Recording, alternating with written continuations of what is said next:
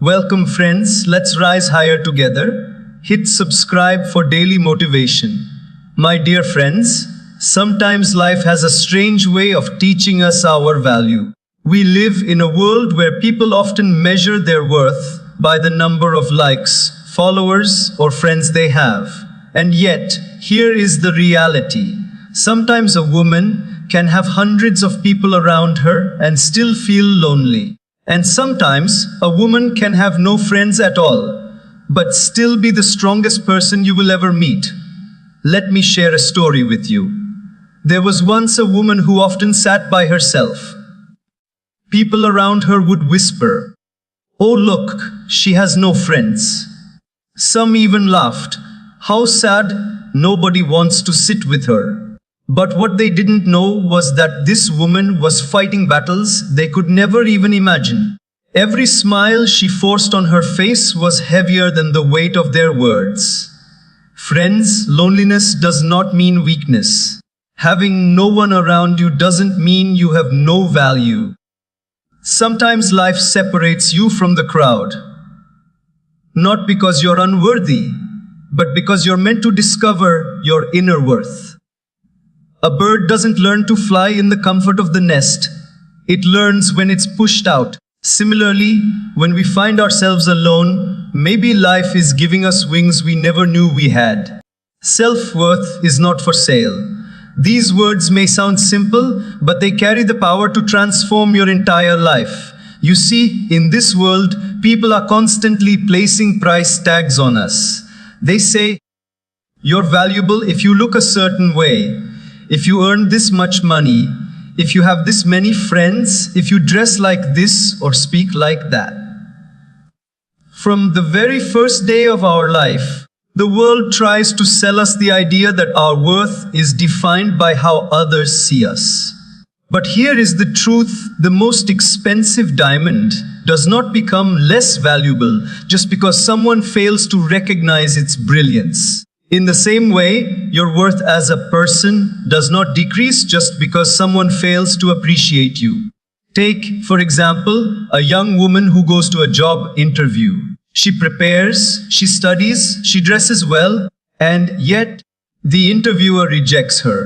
In that moment, she may think, "I am not good enough." But pause for a second. Was her entire worth as a human being determined by one person's opinion in a 20-minute conversation? Absolutely not. That rejection only means one thing: that role wasn't meant for her. But society whispers otherwise. Society tells her she is not capable. And if she listens to those voices, she will carry an invisible burden of unworthiness for years. That is what happens when we allow our self-worth to be placed on sale, available for discount depending on other people's moods, preferences, and judgments. Let me give you another example from everyday life. Imagine a young girl in college. She looks around her classroom and sees groups of friends laughing, hanging out, posting pictures together. She sits in the corner alone. Inside, she thinks, "Nobody likes me, maybe I am not worthy of friendship." But what she doesn't know is that perhaps her quiet nature intimidates others, or perhaps life is setting her apart so she can focus on her studies and create a path for herself that others won't understand right now. The danger comes when she starts believing that because she doesn't fit into those groups, she has no value. And friends, this is where the lesson strikes hardest. If you hand over the key to your self-worth to other people, they will decide when to lock or unlock your happiness. Think about social media. How many of us secretly check the number of likes or comments and decide, if people liked my picture, I am beautiful, I am worthy. If they didn't, maybe I am not good enough. This is one of the greatest traps of our time. A person's value does not come from the number on a screen. If the number is high, you don't suddenly become more valuable. If the number is low, you don't suddenly become worthless. But many of us unknowingly put ourselves on sale every single day, begging for validation from strangers. And in doing so, we forget the timeless truth: you are already priceless. Friends, a tree standing in the forest does not ask the birds for their approval before spreading its branches. A river does not ask the stones for permission before flowing. They simply live in their essence. And when a woman learns to live in her essence without waiting for the approval of others, she becomes unstoppable. She may be alone, she may be criticized, but she walks with dignity because she knows who she is. Now let us bring this closer to real life again. Have you ever noticed that when someone disrespects you, you feel broken, but when someone praises you, you feel elated? Why? Because somewhere your self-worth is tied to their words. But here's the twist: both praise and criticism are just opinions.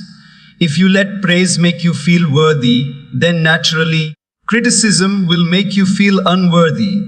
That's the danger of putting your self-worth on sale. It fluctuates with the market value of other people's opinions. But true self-worth is like gold. No matter how much you throw it in mud, wash it in water, or hide it in darkness, its value remains the same. A woman who understands this becomes powerful beyond measure. She no longer says, "I am valuable because people love me." She says, "I am valuable because I am me." She no longer says, "I am confident because I have many friends." She says, "I am confident because I respect myself." That is the difference between someone who puts their worth up for sale and someone who protects it like a treasure. Life will always test this understanding. There will be breakups, rejections, failures, lonely nights when you cry and wonder, "Am I enough?" But remember, diamonds are formed under pressure. Pearls are born out of pain. Gold is purified through fire. If life is taking away certain people from you, it might be because you are being refined into the strongest version of yourself.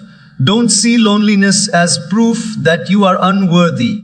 See it as a phase where life is whispering, "You are stronger than you think." Don't sell your worth. Own it. A friend's true freedom comes when you stop negotiating your value. Whether someone claps for you or mocks you, you remain steady. Whether someone includes you or excludes you, you remain at peace. That is what it means when we say self-worth is not for sale. Because the moment you stop seeking outside approval, you will find something far greater inside yourself: a quiet confidence, a radiant dignity, and a strength that no crowd, no opinion, no rejection can ever take away from you. So, if you ever feel like that woman with no friends sitting alone, remember, your worth is not measured by who sits with you, but by who you are when you sit with yourself. And when you embrace that truth, the loneliness that once felt heavy will suddenly feel like power. Loneliness can be a teacher. These words might sound heavy at first, because when we think of loneliness, we often imagine sadness, isolation, emptiness. Nobody wants to be lonely. We crave company, we crave laughter, we crave shoulders to lean on.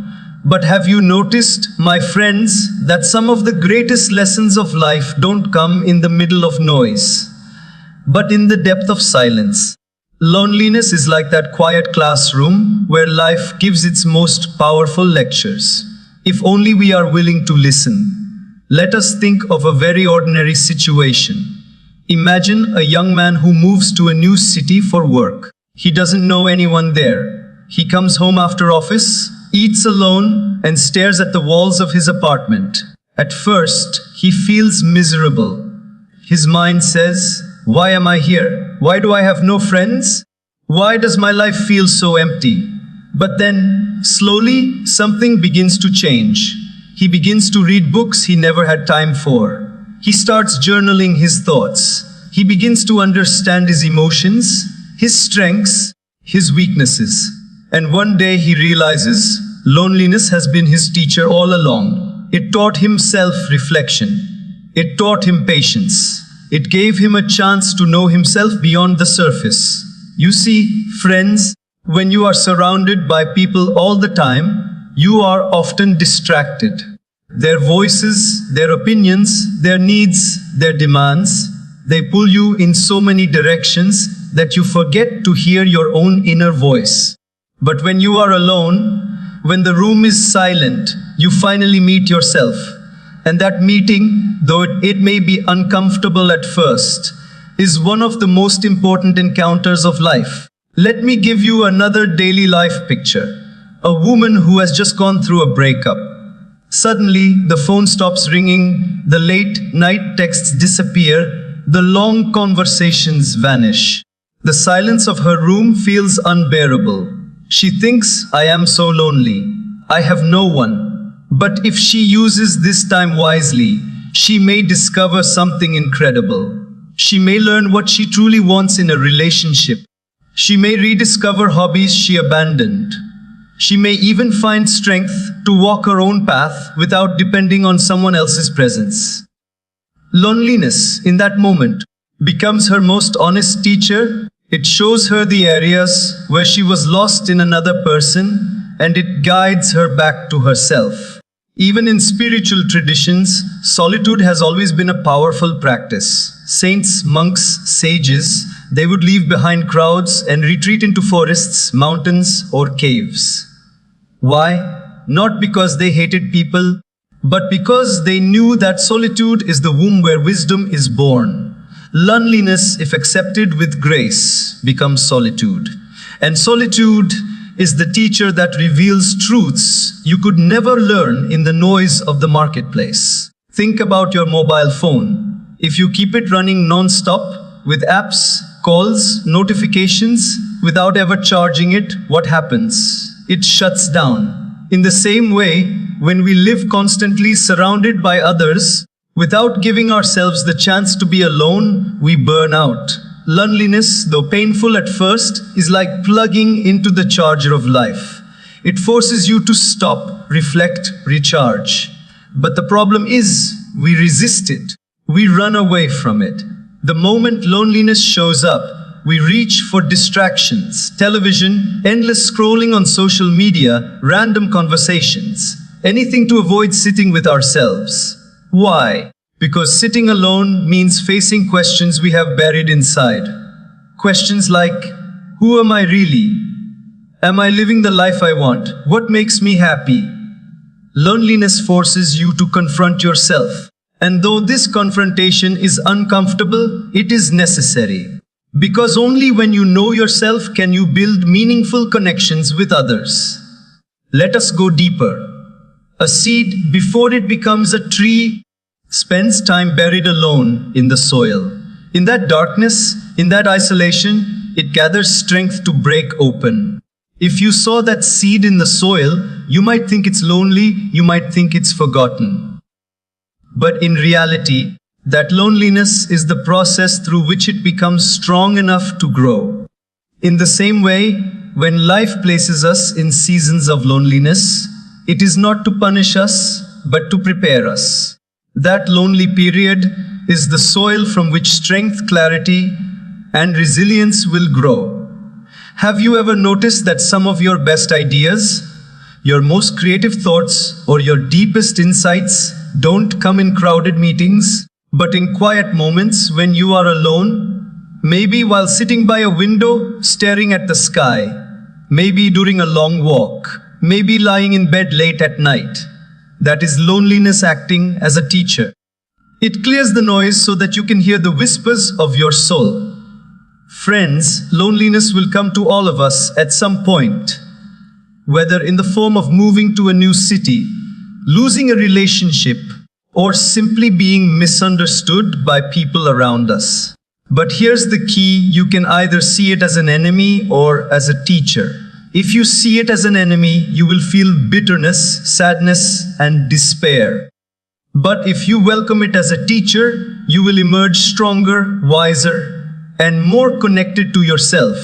A woman who embraces loneliness as a teacher will never feel small because she has no friends. She will sit in her silence and build her strength. She will learn to walk alone with dignity. She will understand that her value is not diminished by emptiness. It is polished by it. And when she does step back into the world, she will carry a depth, a clarity, a glow that only comes from someone who has faced themselves in the mirror of loneliness and found courage there. So the next time you find yourself sitting alone, don't rush to escape it. Don't label it as failure. Instead, close your eyes and whisper to yourself, "This loneliness is teaching me something. Let me learn." Because once you do, you will realize loneliness is not the absence of people. It is the presence of yourself. And when you learn to befriend yourself in loneliness, you are never truly alone again. Not all friends are true friends. This is one of life's hardest truths, but also one of the most liberating. Because while friendship is one of the sweetest gifts in life, misplaced trust can also be one of the deepest wounds. We often think that the number of people around us defines how loved we are, but the reality is very different. It is not the quantity of friends that matters, it is the quality. Think of your school days. Many of us had groups of classmates we called friends. We laughed together, shared lunch, exchanged notes, maybe even shared secrets. But as the years passed, how many of those people stayed? How many checked in when you were going through your lowest moments? You see, friends in times of convenience are plenty, but friends in times of adversity are rare. Life has a beautiful way of filtering people. When everything is going well, the crowd is big, but when storms come, only a few remain standing by your side. And those few, those are the true friends. Let me share a simple story. There was once a young woman who loved to host parties. Her house was always full of people. Everyone called her the life of the group. She thought she had dozens of friends. But one day, she fell seriously ill and had to be hospitalized. The parties stopped, the lights dimmed, and suddenly the crowd disappeared. Out of all those people, only 2 came to see her. That day, lying in her hospital bed, she realized something powerful. Not all those she entertained were her friends. Most were just companions of convenience. And this is what life often teaches us. The difference between those who clap when you shine and those who hold your hand when you are in the dark. Friends, we must understand that not all friendships are built on loyalty. Some are built on interest. Some people like being around you because you give them something: time, money, support, attention, maybe even status. But the moment you stop offering that, they stop showing up. If your presence in their life depends only on what you provide, then that is not friendship, it is transaction. And here's the key lesson: you are not weak if people leave you. You are wise if you learn to see who truly stays. Consider this example from daily life. A man buys a new car. Suddenly, people around him are eager to hang out. Everyone wants to ride with him, go places, post pictures. But then, a few years later, when the car is old and he faces financial struggles, many of those same people vanish. The car attracted them, not the person. It is painful to realize, but necessary. Because only when the false ones fall away can the true ones be seen. Even in the workplace, you may find colleagues who smile in your presence, but criticize you behind your back. They act like friends when things are smooth, but if a conflict arises, they take sides against you. These experiences, though bitter, teach us to value loyalty above charm, depth above surface, level smiles. Because true friends don't just show up when it's convenient. They stand with you even when it costs them something. There is a saying, fake friends are like shadows. They follow you in the sun, but leave you in the dark. Isn't that so true? Think of the times you were struggling, maybe facing a financial crisis, maybe going through heartbreak, maybe dealing with family problems. The list of people you could call became very small. But wasn't that small list also the most precious one? That's the power of recognizing that not all friends are true friends. Sometimes we make the mistake of chasing those who don't really value us. We bend, we compromise, we go out of our way just to keep people in our lives who wouldn't do the same for us. And slowly we drain ourselves. But life teaches us this lesson in time. If someone only remembers you when they need something, but forgets you when you need them, that person is not a friend. They are only a visitor in your life. Let me paint another picture. Imagine a woman who just started her own small business. At first, many of her so-called friends laughed at her. "This will never work," they said. But one close friend stood by her side, encouraged her, supported her, and reminded her of her worth when she felt like giving up. Years later, when her business succeeded, the very people who once laughed came back trying to reconnect. That day, she realized the difference between true and false friends.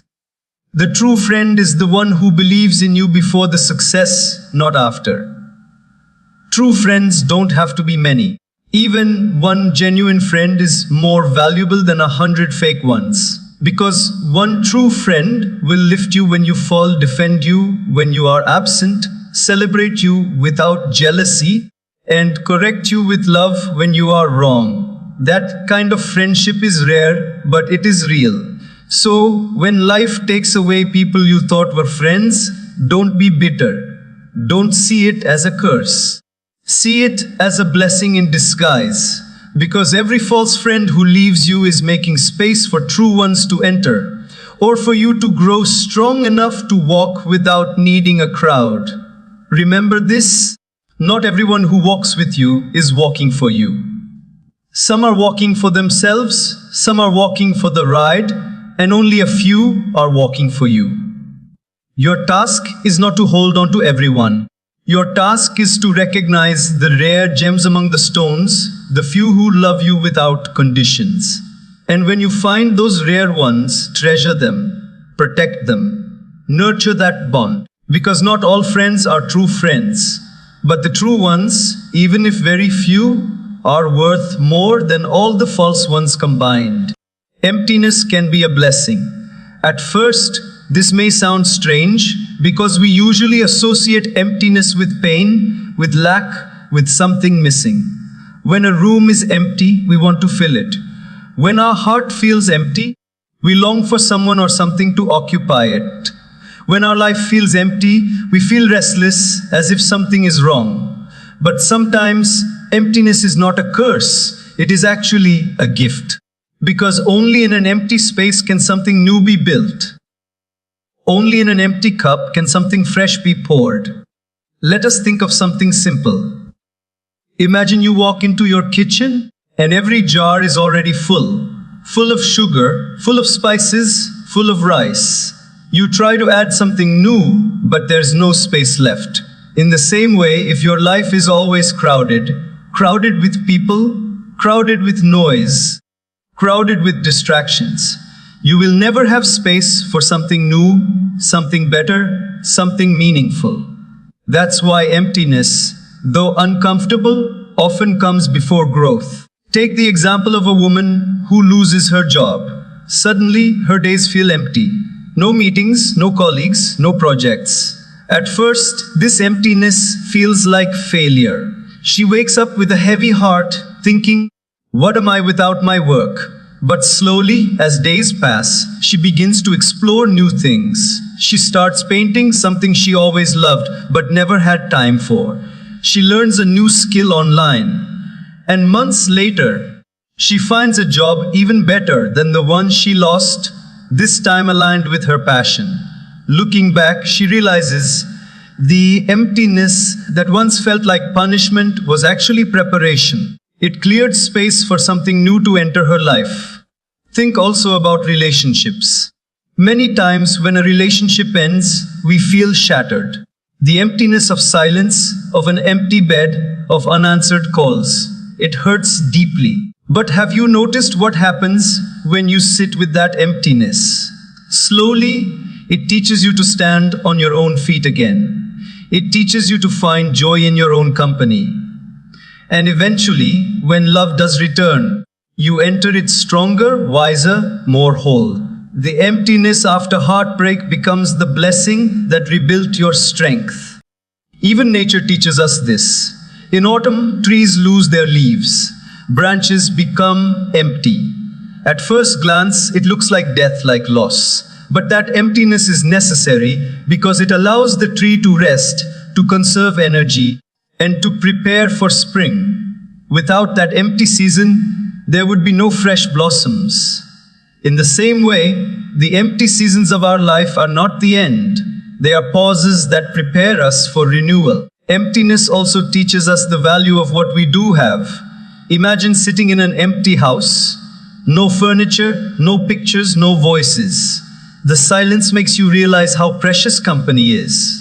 Or think about fasting. When your stomach is empty, you suddenly become more grateful for food.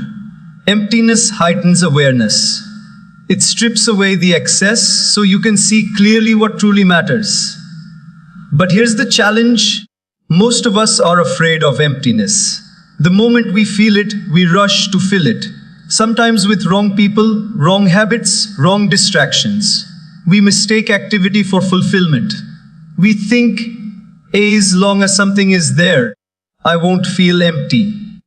But not everything that fills you will fulfill you. Sometimes it's better to let life remain empty for a while rather than to stuff it with things that drain you. Think of a young person desperate for friends. Feeling empty, she surrounds herself with anyone willing to give attention, even if those people are toxic. At first, the emptiness feels filled, but over time, it becomes heavier, because false company is worse than solitude. Had she embraced that emptiness with patience, she might have discovered her hobbies, her strengths, or even met the right people who matched her values. But the fear of emptiness pushed her into the wrong crowd. That's why learning to see emptiness as a blessing is so important. It saves us from settling for less. Another example, have you ever cleaned out your wardrobe? At first, the empty space on the shelves looks strange. You think, oh no, now I have fewer clothes. But after a while, you feel lighter. You realize you don't need so much. You see clearly which clothes you actually love and wear. That empty space brings clarity. In the same way, when people leave your life, or when routines change, the emptiness they leave behind often shows you what truly matters. Friends, emptiness is not always loss. It is often space being created for something better. Life sometimes takes away relationships, jobs, plans, or possessions not to punish you, but to clear your path. Because if your hands are always full of the wrong things, how will you ever be ready to receive the right things? A woman who understands this truth no longer fears emptiness. She does not see an empty evening as loneliness. She sees it as a chance to rest, to reflect, to recharge. She does not see an empty chapter of life as failure. She sees it as preparation for the next chapter. She does not see an empty space in her heart as weakness. She sees it as the soil where strength and new love can grow. So, the next time you feel empty, don't rush to fill it. Sit with it. Breathe in it. Because emptiness is not the absence of life. It is the beginning of a new life. It is a silent blessing waiting to reveal itself when the time is right. And one day, you will look back and realize the emptiness you once feared was actually the doorway to your greatest growth. A bird doesn't learn to fly in the nest. This is not just a fact about nature, it is a metaphor about life. You see, every bird begins its journey in the safety of the nest. The nest is warm, comfortable, and protective. But no bird can stay there forever. There comes a day when the mother bird gently pushes the baby out, forcing it into the open air. At first, it looks cruel. The little bird flaps, panics, even falls. But soon, its wings begin to work. That first frightening leap becomes the moment of freedom. The truth is, if the bird never left the nest, it would never discover the strength of its wings. In the same way, each of us has our own nest. The nest may be the comfort of family, the security of a job, the familiarity of routines, or even the safety of never trying anything new. The nest is not bad. It gives us support and growth in the early stages of life. But if we never step out, we will never learn how to fly. Life, just like the mother bird, often pushes us out of the nest.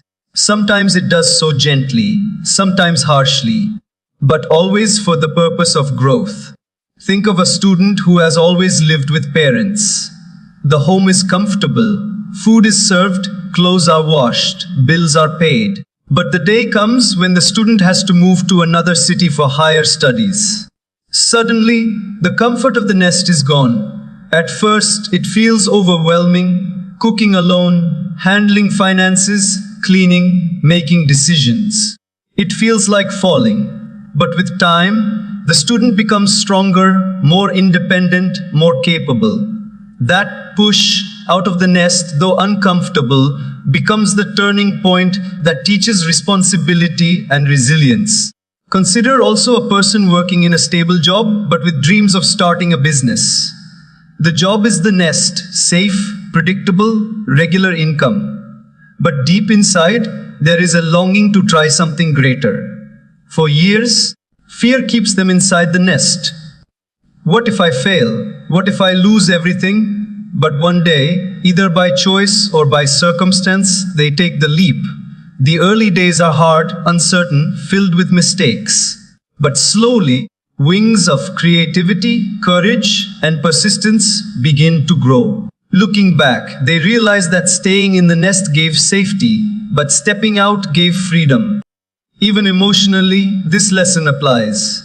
Sometimes we rely too much on others, friends, partners, family, for our happiness.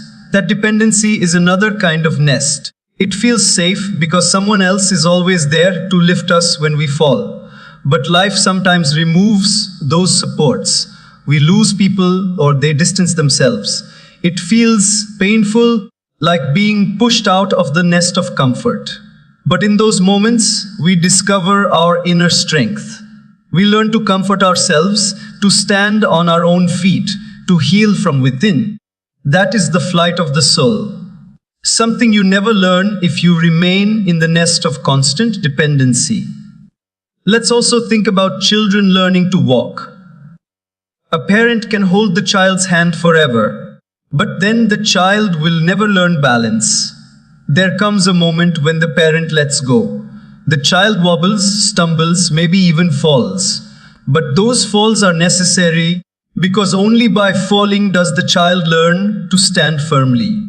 Similarly, only by leaving the nest of comfort do we learn to soar with courage. Friends, life will never allow you to grow if you insist on staying in the nest. Growth comes in discomfort. Strength comes in challenges. Courage comes in uncertainty. Every leap into the unknown feels frightening at first, but it is also the doorway to becoming who you were meant to be. If the little bird judged flying only by the first few seconds of panic, it would crawl back into the nest forever. But by trusting the process, it discovers the sky belongs to it. Think about your own life. Have you ever been in a situation where you were forced out of comfort? A sudden change, a loss, a challenge you never asked for. At first, it felt unbearable. But later you looked back and thought, if that hadn't happened, I would never have learned, never have grown, never have become who I am today. That is life pushing you out of the nest. What feels like cruelty is often grace in disguise. The problem is, many of us resist the push. We cling to the nest because it feels familiar, even if it no longer serves us. But nests are not meant to be permanent homes. They are temporary shelters. If you stay too long, what once protected you begins to limit you. Just like a bird's wings grow restless, in a nest too small, your soul too longs for the freedom to fly. So, when life pushes you into situations you did not choose, embrace it. Don't curse the push. Don't fear the fall. Remember that every fall is an invitation to rise. Every leap is an opportunity to discover your wings. And once you discover them, you will never again be satisfied with the safety of the nest. A woman who understands this truth becomes fearless. She does not complain when life removes her comforts, because she knows it is preparing her for flight. She does not see challenges as punishment, but as training for strength. She no longer clings to nests of dependency because she has learned to trust her wings. So the next time life pushes you out of your nest, don't panic, spread your wings. Because just like the little bird, you were never meant to stay in the nest forever. You were meant for the sky. When you stop seeking outside approval, you find inner strength. This is one of the most liberating truths of life, but also one of the hardest to practice. From childhood, we are conditioned to look at the faces around us to know whether we are good enough. We wait for a nod from our parents, a clap from our teachers, praise from our friends. As we grow, this habit follows us into adulthood. We measure our worth by how others see us, by their compliments, their validation, their applause. But here is the reality: the more you depend on outside approval, the more you become a prisoner of other people's opinions. And the moment you free yourself from that prison, you discover an incredible strength inside that was always waiting for you. Think about a student who spends days preparing for an exam. She works hard, gives her best, but when the results come, she doesn't secure the top rank. People around her say, "Oh, she didn't do that well." In that moment, she feels crushed. But why? Was her effort meaningless? Was her knowledge less valuable? No. The pain comes only because she measured her worth through the lens of outside approval. If she understood that her true strength lies in knowing she gave her best, she would walk away with dignity, regardless of whether others applauded or criticized. Daily life is full of such examples. Imagine someone posts a photo on social media. If the likes are many, they feel attractive. If the likes are few, they feel invisible. But ask yourself, did the person's beauty really change based on the number? Or was it only their perception of themselves? You see, outside approval is like a moving target. You can never fully capture it. Today people may praise you, tomorrow they may ignore you, the next day they may criticize you. If your happiness is tied to their approval, your life will constantly swing like a pendulum. Let me share a story. A young man was passionate about music. He loved singing, but his friends mocked him, saying, "Your voice is not good enough." For years, he avoided singing because he was afraid of their judgment. One day, he attended a small gathering and, encouraged by someone, he finally sang from his heart. People were moved to tears by his authenticity. In that moment, he realized that his strength was never in being perfect. It was in expressing himself. Had he continued seeking approval, he would have silenced his gift forever. But the moment he stopped caring about whether people clapped or criticized, he unlocked his true strength. It is the same for all of us. Many dreams die not because we lack ability, but because we fear disapproval. We are so busy asking, "What will people say?" that we forget to ask, "What do I truly want?" This is why so many people live safe, small lives. Not because they cannot do more, but because they never dared to step outside the prison of approval. Even in relationships, this truth applies. Some people shape their personalities around what others expect. They dress a certain way, speak a certain way, live a certain way, just to win approval. But deep inside, they feel exhausted because they are living someone else's script. The moment they stop chasing approval and start being authentic, they find peace. Yes, some people may leave, some may criticize, but the ones who remain are the ones who truly value them. And more importantly, they finally value themselves. Think of a tree. Does it ask the other trees for permission before it grows taller? Does it wait for the birds to approve before spreading branches? No, it simply grows because that is its nature. In the same way, when you stop waiting for people to approve of your growth, your talent, your choices, you begin to rise naturally. That rising is your inner strength, untouched by outside voices. But breaking free from approval is not easy. Society trains us to equate success with applause. Yet, some of the greatest people in history were misunderstood, mocked, or rejected in their time. Think of inventors, artists, leaders. Many of them faced criticism and doubt, but they kept going because their strength came from within, not from the crowd. And today, the world honors them. If they had lived only for approval, their contributions would never have existed. This applies even in the smallest things. Imagine a woman who loves to wear simple clothes, but her friends constantly pressure her to follow the latest fashion. At first, she tries to fit in, but one day she decides, enough. I will wear what makes me feel comfortable and confident. At that moment, she might lose some approval, but she gains something far more valuable, self-respect. That self-respect is the seed of inner strength. When you no longer depend on outside approval, you become unshakable. Criticism no longer destroys you, and praise no longer controls you. You listen, you learn, but you are not defined by either. That freedom allows you to act with courage, to pursue your dreams, to live authentically. You begin to shine not because others recognize your light, but because you finally allow yourself to glow. Friends, the truth is this: outside approval is temporary, but inner strength is eternal. The world may applaud you today and forget you tomorrow, but if you have discovered the strength within, you will never be shaken. A woman who finds this strength walks with quiet confidence. She doesn't need to announce her worth. Her presence itself radiates it.